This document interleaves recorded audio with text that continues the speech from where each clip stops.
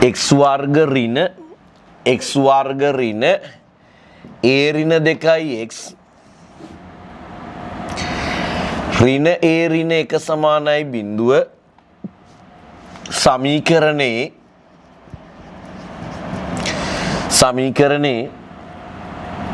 මූලවල වර්ගයන්ගේ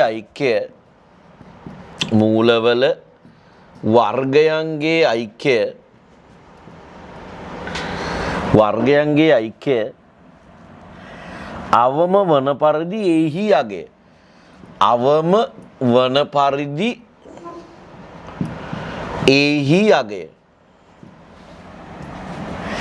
මූලයන්ගේ වර්ගවල ඓක්‍ය අවම වන පරිදි එහි අගය. හරිද? x වර්ග ඍණ a ඍණ 2යි x ඍණ a ඍණ 1 සමානයි බිඳුව සමීකරණයේ මූලවල වර්ගයන්ගේ ඓක්‍ය අවම වන පරිදි එහි අගය. දැන් හොඳට බලන්නකෝ. පුතේ මෙන්න මේම සමීකරණයක් තියෙනවා. හොඳට බලන්න x වර්ගය ඍණ a ඍණ 2 වාරයක් x අඩු කිරීම a ඍණ 1 මෙන්න මෙහෙම සමාන වර්ගජ සමීකරණයක් තියෙනවා. මේ සමීකරණයේ මූලවල වර්ගයන්ගේ ඓක්‍ය අවම වන පරිදි මෙයාට මූල කියන්නේ මොකද්ද ජේසාන්? මූල කියන්නේ මෙයාගේ විසඳුම්නේ. ඒ විසඳුම් දෙක ඇල්ෆබීට කියලා ගන්න. එතකොට ඇල්ෆා ධන බීටා කියන්නේ මූල එකතුවනේ. ඉතින් මූල එකතුව ඍණ b යට aනේ. ඍණ b යට a කියන්නේ a ඍණ 2 යට 1යිනේ. මූල ගුණිතය කියන්නේ c බෙදීම aනේ. c කියන්නේ ඍණ a ඍණ 1 යට 1යිනේ. මං ඔයාගෙන් ප්‍රශ්නයක් අහන්නේ. එයා ටර්ම් ටෙස්ට් පේපර් එකේ අහලා තියෙන්නේ මෙහෙම ප්‍රශ්නයක්නේ. එයා අහලා තියෙන්නේ මූලවල වර්ගයන්ගේ ඓක්‍ය. බලන්න ටිකක්. මූලවල වර්ගයන්ගේ ඓක්‍ය. මූලවල වර්ගය යන්ගේ ඓක්‍ය අවම වන පරිදි මෙන්න මේකට අවම වන උත්තරයක් අඩුම උත්තරයක් එන්නේ මෙන්න මේ ඒ කියවුනොත්ද? ඒක තමයි වගේ ප්‍රශ්නේ. යහන ප්‍රශ්නේ එක ලස්සන ගානක්. x වර්ග ඍණ a ඍණ 2යි x ඍණ a ඍණ 1 සමානයි බිඳුව සමීකරණයට යම් මූල දෙකක් එනවා. ඒ ආපු මූලවල වර්ගයන්ගේ ඓක්‍ය කියන්නේ එකතුව අවම වෙන්න නම් අඩුමගයක් ගන්න නම් ඒ වලට දාන්න ඕනේ අගේ තමයි යන්නේ. එහෙනම් ඔන්න මට කියන්නේ ජේසෝ මෙන්න මේ මූලවල වර්ගයන්ගේ එකතුවනේ අවම වෙන්න ඕනේ. මම මේ මූලවල වර්ගයන්ගේ එකතුව හොයා ගන්නව කොච්චරද කියලා. ඔයා දන්නවා සඳුරු දෙන්න ළඟ 2 2 ඇත මැද ධනකුත් ඇත 2 එළියට දානු ඇත වැඩි කෑල්ල අඩු කරනු ඇත. දෙන්න ළඟ 2 2 ඇත මැද ධනකුත් ඇත දෙන්නගේ 2 එළියට දානු ඇත වැඩි කෑල්ල අඩු කරනු ඇත. ඔයාට ඕනනම් මේක ප්‍රසාරණය කරොත් මේක එන්න ඕනේ. මුල් එක වර්ග කරාම ඇල්ෆා වර්ගයයි. අන්තිමය වර්ග කරාම බීටා වර්ගයයි.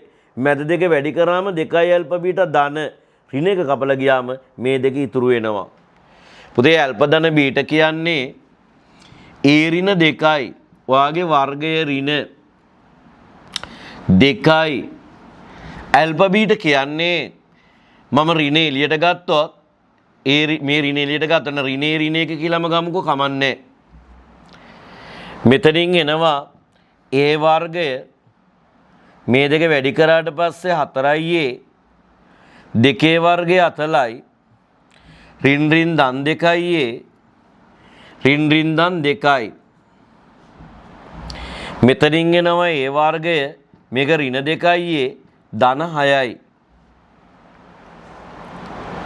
ඇත්තටම ඇල්ෆා වර්ගය දන බීටා වර්ගය කියන මූලවල වර්ගවල එකතුවට ආවේ මේක.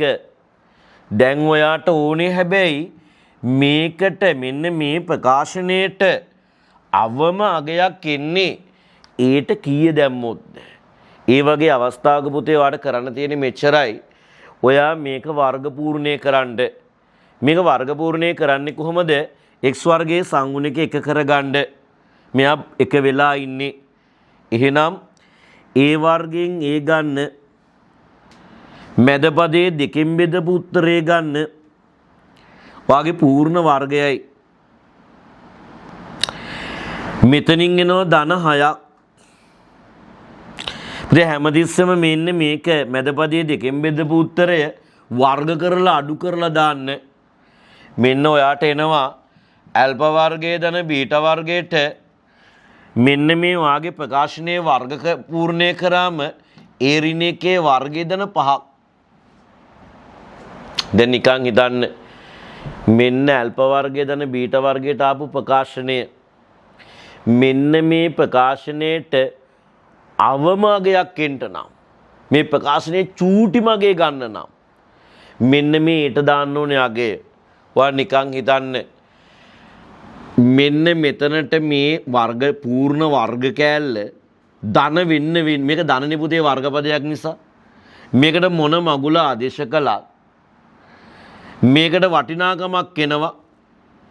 අපිට මේට දෙක දැම්මම දෙකෙන් එකක් එකයි. ඔනේට දෙක දැම්මම දෙකෙන් එකක් එකයි. එකේ වර්ග එකයි 5යි එකයි 6යි.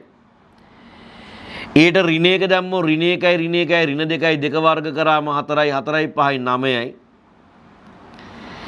මේ ඊට අගයක් එකෙක් අගයක් ආදේශ කරනකොට මේක පූර්ණ වර්ගයක් නිසා පුතේ මේ 5ට වඩා වැඩි ගාණක් තමයි එන්නේ. හැබැයි ඊට සමෝස එක දැම්මොත් මේ කෑල්ල බිඳුව වෙන නිසා 5 තමයි උත්තරේ එන්නේ. ඒ කියන්නේ ඇත්තටම මේ පූර්ණ වර්ග කෑල්ල බිඳුව නොවන වෙලාවට කියන්නේ මේ ඒ සමානයි එක නොවන හැම වෙලාවකටම මෙන්න මේ 5ට යම් කෑල්ලක් ඇඩ් වෙනවා. මේක බිඳුව වෙන වෙලාවට විතරයි 5ට කිසිදු වගයක් ඇඩ් වෙන්නේ නැත්තේ. එහෙනම් මෙන්න මේ ප්‍රකාශනයේට අවමගේ ගන්න වෙන්නේ මෙන්න මේ පූර්ණ වර්ග කෑල්ල බිඳුව වෙන අවස්ථාවේදී.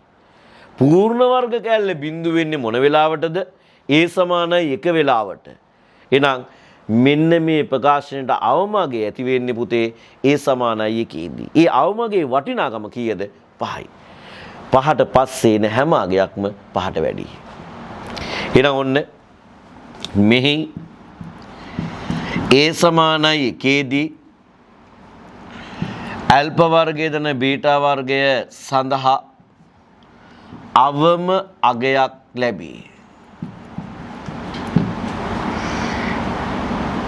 ඒ සමානයේදී ඇල්ෆා වර්ගයේ දන බීටා වර්ගය සඳහා අවම අගයක් ලැබේ. මෙම ප්‍රකාශනයේ අවම අගය වනුයේ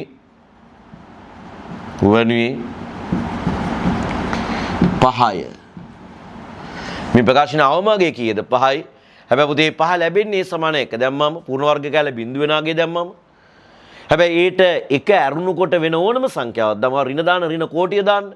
හැබැයි මේක වර්ග වෙනකොට ධන වෙලා පුතේ 5ට වඩා ලොකු අගයක් එන්නේ. එහෙනම් අවමේ වෙන්නේ මෙයා 5ට වඩා බස්සන්න බෑ. 5 තමයි මෙයාගේ අවමේ. හැමතිස්සෙම මේක පූර්ණ වර්ගයක් නිසා 5ට වඩා අගේ වැඩි වෙනවා මිස 5ට වඩා අඩු වෙන්නේ නැහැ. එහෙනම් මේක අවම අගේ 5යි. ඒ 5 වෙන්නේ ඒ සමානයි එකේදී. හරිද? එහෙනම් ඔන්නේ ගානත් හරි.